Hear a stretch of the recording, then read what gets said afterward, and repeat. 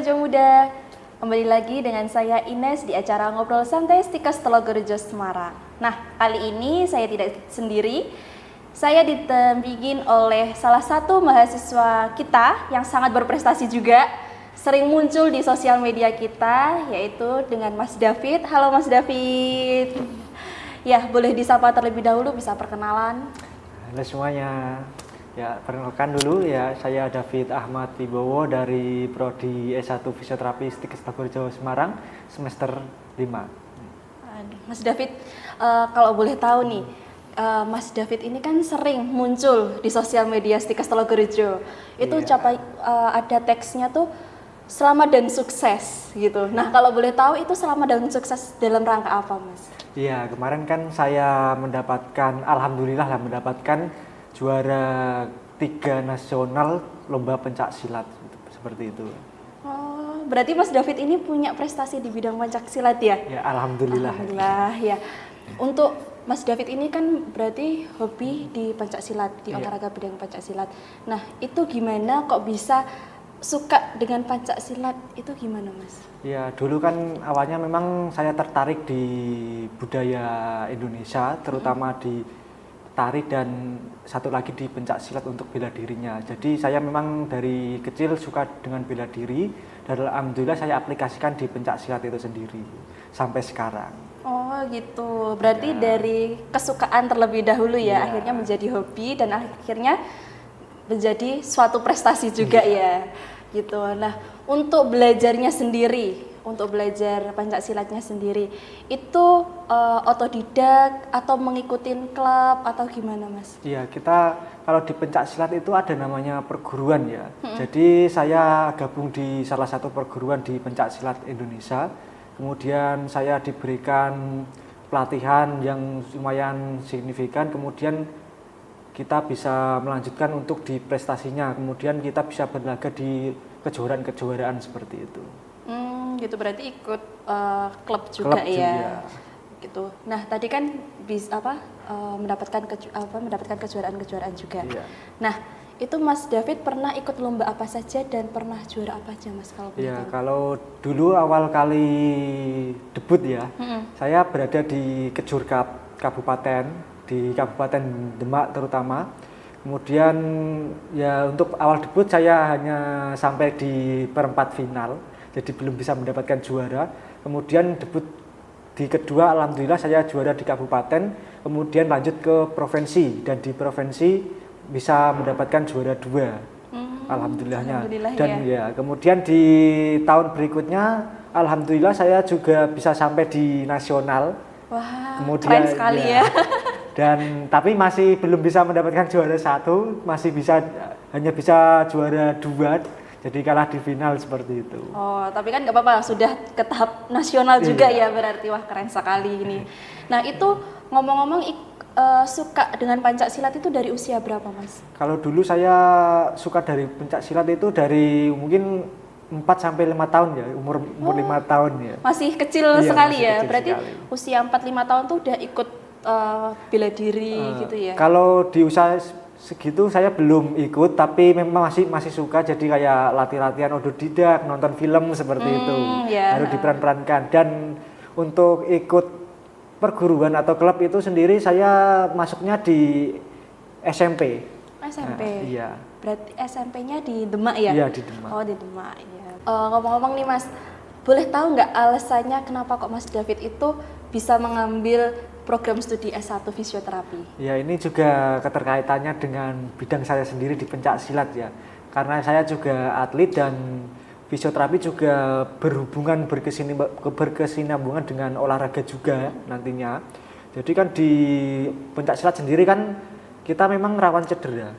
Otomatis kita juga membutuhkan tenaga kesehatan untuk mengawal cedera itu atau menyembuhkan cedera itu. Nah, berhubungan yang menjuru di seperti itu adalah fisioterapi, makanya saya minat untuk masuk di fisioterapi sendiri seperti itu. Oh gitu, berarti tadi ada sangkut pautnya dengan adanya Mas David hobi di pencaksilat, terus akhirnya ingin terjun sebagai tenaga kesehatan untuk ke klub Pancasilat gitu ya Mas Iya. ya. Jadi akhirnya mengambil fisioterapi. Mengambil fisioterapi. Berarti untuk fisioterapi sendiri itu ada untuk bidang olahraga juga ya? Iya ada. Jadi di fisioterapi sebenarnya banyak untuk peminatannya, seperti ada pediatrik untuk anak-anak, geriatrik untuk lansia, kemudian ada neuromuskular, muskuloskeletal, kemudian ada fisiosport juga. Nah, jadi di fisiosport sendiri itu nantinya yang untuk penanganan cedera olahraga seperti itu.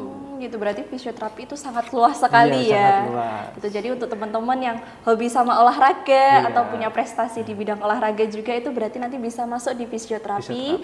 Nanti setelah lulus dari S1 fisioterapi bisa sebagai tenaga kesehatan di klub-klub olahraganya Olahraga. gitu ya. Iya. Nah, udah pernah ikut kegiatan-kegiatan apa saja, Mas? Ya, untuk yang saya lakukan pada 5 semester ini ya, terutama kita biasanya ada pengabdian masyarakat. Jadi kita biasanya ikut dosen untuk pengabdian masyarakat, juga untuk penelitian juga di salah satu panti atau yang lain. Kemudian kita juga kemarin baru saja melaksanakan pendampingan untuk penanganan pada kegiatan fun run yang diadakan oleh Puskesmas Poncol. Dan yang baru-baru ini dan hari ini masih melakukan pengawalan untuk penanganan, kita dipercaya sebagai tim medis pada kejuaraan nasional di Next Stadium. Jadi kita di situ ada perlombaan kejuaraan basket tingkat nasional, kemudian kita diminta untuk menjadi tim medis untuk penanganan atlet-atlet yang terkena cedera seperti itu. Jadi ketika ada atlet yang pada saat main itu terjadi cedera, kita kemudian langsung memberikan penanganan seperti itu. Oh gitu, berarti Iya. sudah dapat dipercaya juga ya oleh Iya. masyarakat sekitar Semarang Iya. juga ya. Tapi untuk penanganan, karena kita masih mahasiswa, tetap kita harus didampingi oleh dosen karena Iya, kita betul. memang belum punya STR untuk melakukan seperti itu. Ya pastinya dengan didampingin dengan Iya. dosen, tapi kan sudah mendapatkan kepercayaan nih Iya. gitu sebagai mahasiswa fisioterapi di Stikes Telogorejo Semarang. Iya. Itu nah terus selanjutnya nih Mas, mungkin teman-teman tuh ada yang pengen masuk ke fisioterapi tapi belum tahu nih fisioterapi itu nanti selama kuliah itu ngapain, terus kegiatannya yang lain tuh apa, apakah harus belajar di dalam lab terus kayak gitu atau bagaimana? Untuk kegiatan pembelajaran di fisioterapi sendiri sebenarnya luas ya.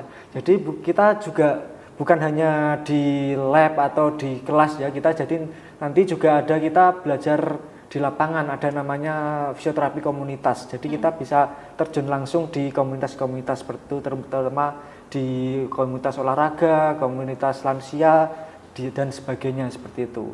Jadi gambaran umumnya di fisioterapi yang paling umum kita kuliah ya pasti anatomi dan fisiologi ya, karena itu memang basic kita. Anatomi, fisiologi, kemudian biomekanik. Nah, untuk yang mungkin yang belum paham nanti mungkin bisa dicari-cari apa itu anatomi, apa itu fisiologi, kemudian biomekanik itu seperti apa, seperti itu. Ya, kemarin juga dapat chat juga nih dari beberapa teman-teman.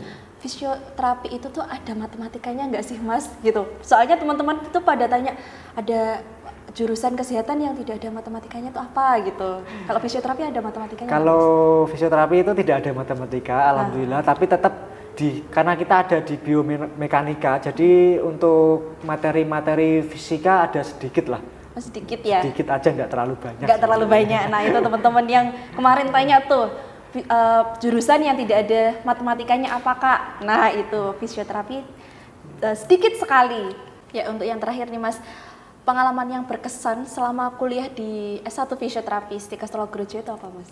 Ya, untuk yang paling berkesan itu ya bagi Iya. saya itulah kemarin saya kan mendapatkan salah satu program dari Stikes Telogorejo yaitu Student Action, dan alhamdulillah saya itu bisa lolos, bisa melaksanakan Student Action di Taiwan seperti itu.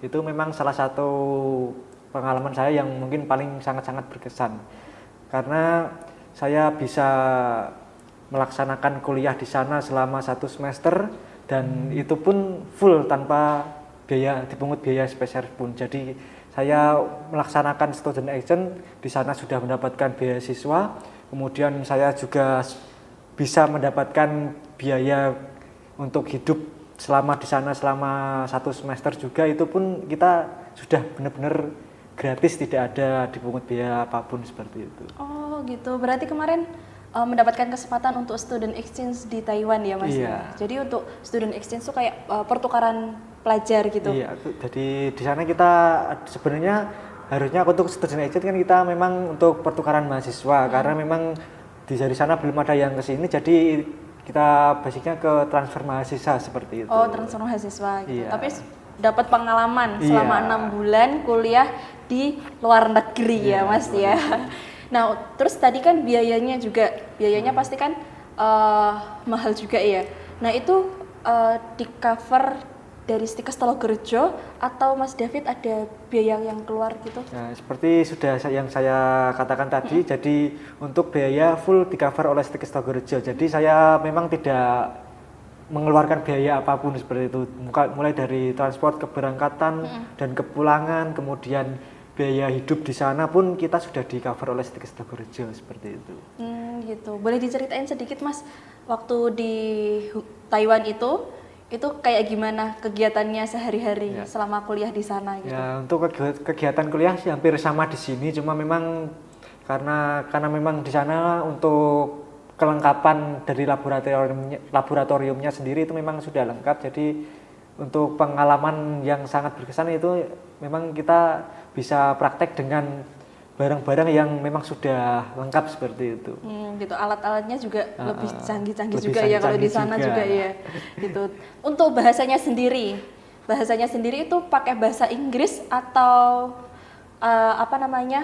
harus pakai bahasa Taiwan gitu? Untuk bahasa sendiri karena memang pertama kali kita untuk persiapan itu memang kita pakai bahasa Inggris, jadi kita untuk keberangkatan itu memang kita pakai bahasa Inggris. Namun di sana tetap kita akan dilatih untuk bahasa Mandarin.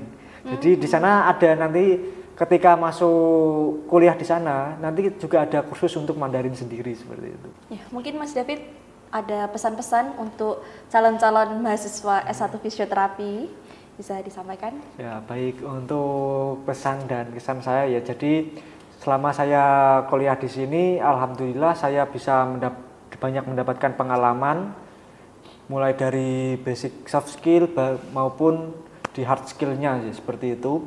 Kemudian di sini saya juga bisa mendapatkan fasilitas yang sangat-sangat mewadahi, mulai dari lab kita memang sudah alhamdulillah sudah mendatangkan banyak untuk alat-alat laboratorium sendiri dan masih baru alhamdulillah.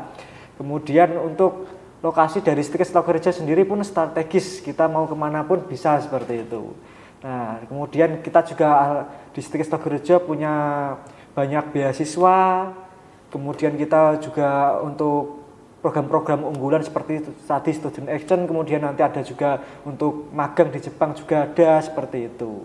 Jadi istilahnya di sini sudah lengkap lah seperti itu.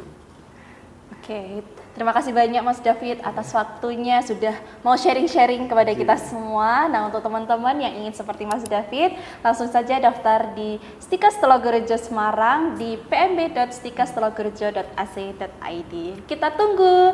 Bye-bye semuanya.